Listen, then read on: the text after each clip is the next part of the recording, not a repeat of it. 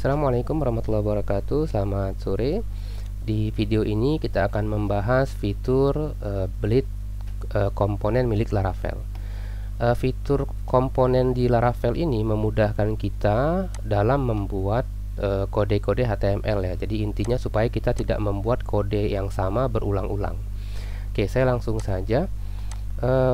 Untuk membuat komponen kita bisa gunakan komen, lalu jalankan perintah php artisan make komponen, kemudian nama komponennya. Misalnya di sini saya buat namanya input text ya. Lalu saya tambahkan min view, tinggal enter saja.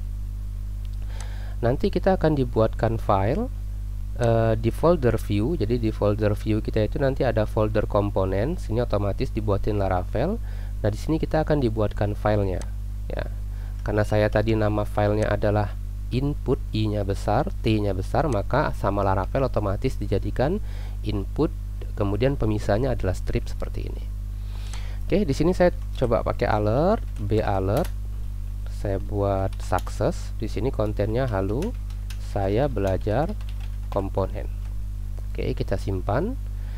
Kemudian kita akan coba panggil komponen ini dari siswa form ya. Jadi dari project kita kemarin itu saya buka tambah siswa di sini. Kemudian di siswa form saya panggil dia di atas sini.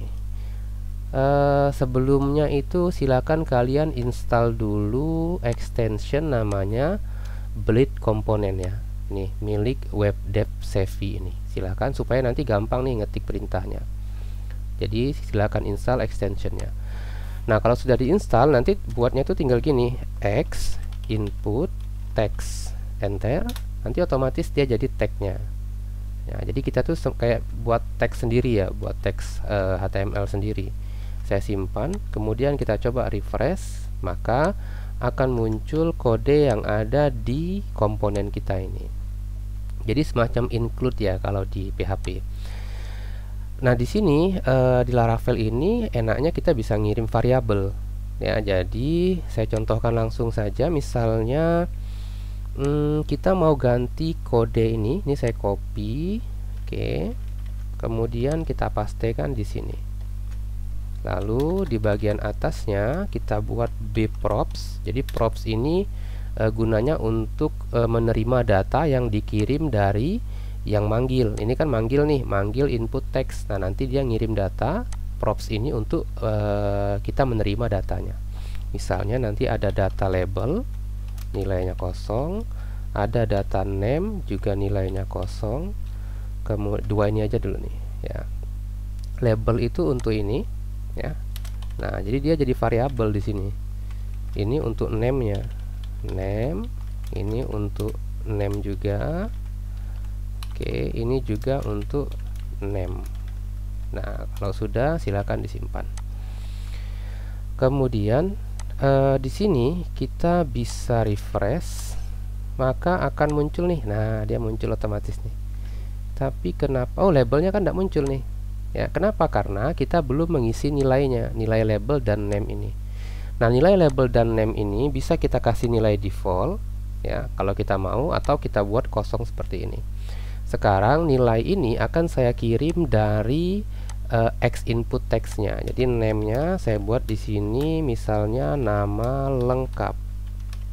Lalu labelnya adalah nama lengkap. Simpan. Coba di refresh lagi. Sekarang sudah muncul. Ini kita buat menggunakan komponen milik Laravel.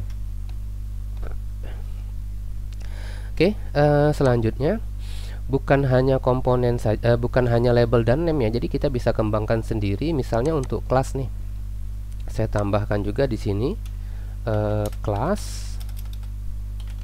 kelasnya kita buat di sini form control.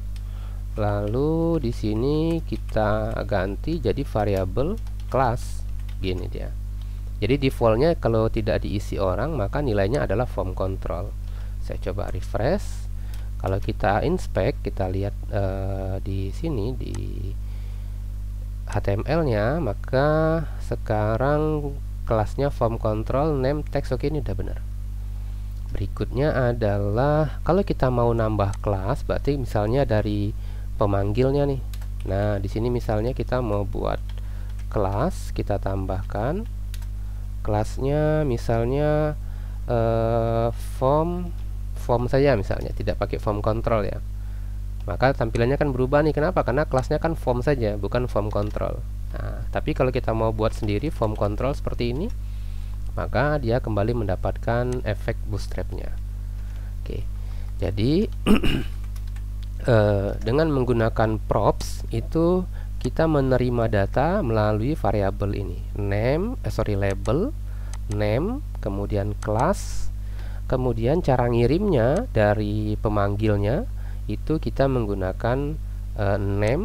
Nah, ini yang ada di sini, yang ada di propsnya ya, label, kemudian kelasnya tidak perlu ya. Kenapa? Karena dia sudah ada nilai defaultnya. Nah, dengan cara seperti ini tentu kode kita nanti jadi lebih singkat ya. Kodenya jadi lebih singkat. Jadi misalnya kode yang tadinya 3 baris, ini saya geser dulu nama lengkap ini berarti bisa saya ganti seperti ini saja. Nah, saya refresh. Oke, udah muncul ya. Karena misalnya saya mau kasih kelas di sini bukan MB ya. Oh, di sini aja. MB1, MB1, MT1. Biar ada jarak, kayaknya 2 lebih cocok. Oke, sip. Udah, berarti kalau kita mau buat komponen lagi untuk NISN itu, berarti tinggal X input text, enter, tinggal isi name-nya adalah NISN, labelnya adalah NISN, atau kalau mau buat panjangnya nomor induk siswa nasional misalnya. Udah selesai, ini tidak perlu lagi. Oke, udah selesai. Jadi kode kita jadi lebih singkat nih ya. Kalau kita mau buat form tidak perlu lagi pakai form group seperti ini ya. Jadi tinggal kita panggil saja komponen input text. Nah, kita bisa kombinasikan. Misalnya saya buat komponen lagi namanya input select misalnya. Input select. Saya copy saja dari sini. Kita buka input select. Pastekan. Nah, kalau untuk input select sebentar, pasti ada yang berbeda ya. Kita copy saja karena kan kalau select itu kan dia ada datanya. Ini dia. Ini kita copy atau kita cut boleh. Saya pastikan di sini. Oke. Nah, di sini kita berarti butuh ini kita buat dulu nih sebentar. Ini berarti name. Oke, ini juga name. Ini juga name ya. Kalau ini kelas. Oke, ini label. Nah, untuk kurikulum listnya berarti kita mesti buat juga nih atau list data ya, list data. Kita buat di sini seperti ini, list list data itu sebentar, saya belum baca naming conventionnya seperti apa, tapi coba seperti ini. Berarti di sini list data. Oke, saya coba. Berarti kita buat X input select. Oke, name-nya adalah kurikulum ID, kemudian labelnya adalah pilih kurikulum, kemudian nah kita kan butuh list data ya. List data sama dengan list data, kurikulum apa tadi saya lupa namanya. Kita lihat di siswa controller, namanya adalah kurikulum list ya. Oke, kurikulum list. Oke, coba kita refresh. Ini pasti ada error ya. For each argument must be type array atau object. Nah, ini dia nih errornya di sini. Coba ini saya pakai list data Berarti kan kalau di sini list datanya seperti ini, pada saat manggilnya juga harus sama, list data. Oke. Nah, si errornya itu ada di, kalau for each ini list data sini ya dia. Sebentar, ini sebentar, kalau kita lihat dokumentasinya, nah kita coba passing data to component message. Nah ini nih cara passingnya saya salah nih ya, cara passingnya itu harusnya tinggal seperti ini, kemudian ini tidak perlu pakai ini. Nah gini dia, tinggal tambahkan titik 2 di sini. Oke, coba kita refresh. Nah udah oke nih, sip. Jadi tidak perlu kita pakai bracket yang kayak biasa gini ya. Jadi cukup tambahkan ini titik 2 ini, kemudian nama variabel list datanya kita isi dia dengan kurikulum list. Udah selesai. Ini bisa dipakai untuk kasus-kasus list data yang lainnya, dan harusnya ini datanya masih bisa tersimpan dengan benar ya. Kita coba dulu. Oke, sip. Nah, jadi dengan cara seperti ini nanti kita bisa buatkan komponen-komponen yang sering dipakai ya. Komponen misalnya yang sering digunakan itu ada teks ya, ada alamat dan lain-lain. Jadi kalau misalnya ini saya hapus saja ini alamat, berarti ini alamat. Oke, ini kita perbaiki. Udah selesai. Kodenya sekarang jadi lebih singkat.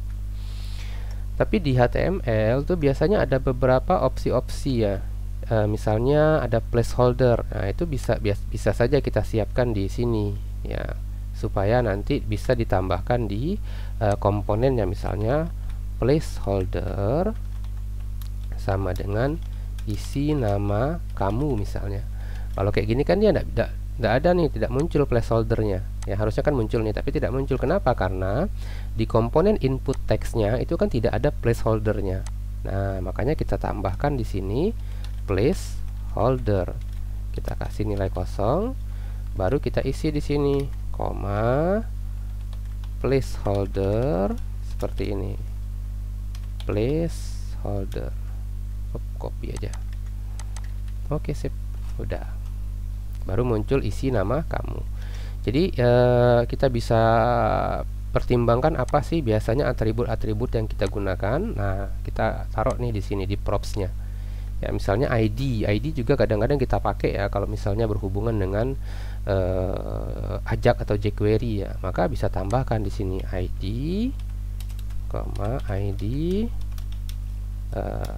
kosong misalnya, nilainya kosong. Berarti di sini nanti tambahkan ID,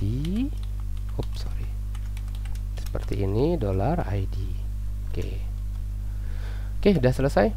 Jadi dengan menggunakan komponen ini, komponennya bisa kita copy paste. Misalnya ada project lain, kalian tinggal copy saja folder komponen di Laravel kalian itu. Misalnya ini, misalnya udah banyak nih, ada input select, input text, input email, input password dan sebagainya. Begitu kita ada project lain, tinggal copy foldernya, pindahkan ke project tersebut. Maka kita tidak perlu ngulang-ulang lagi kalau kita masih menggunakan Bootstrap ya.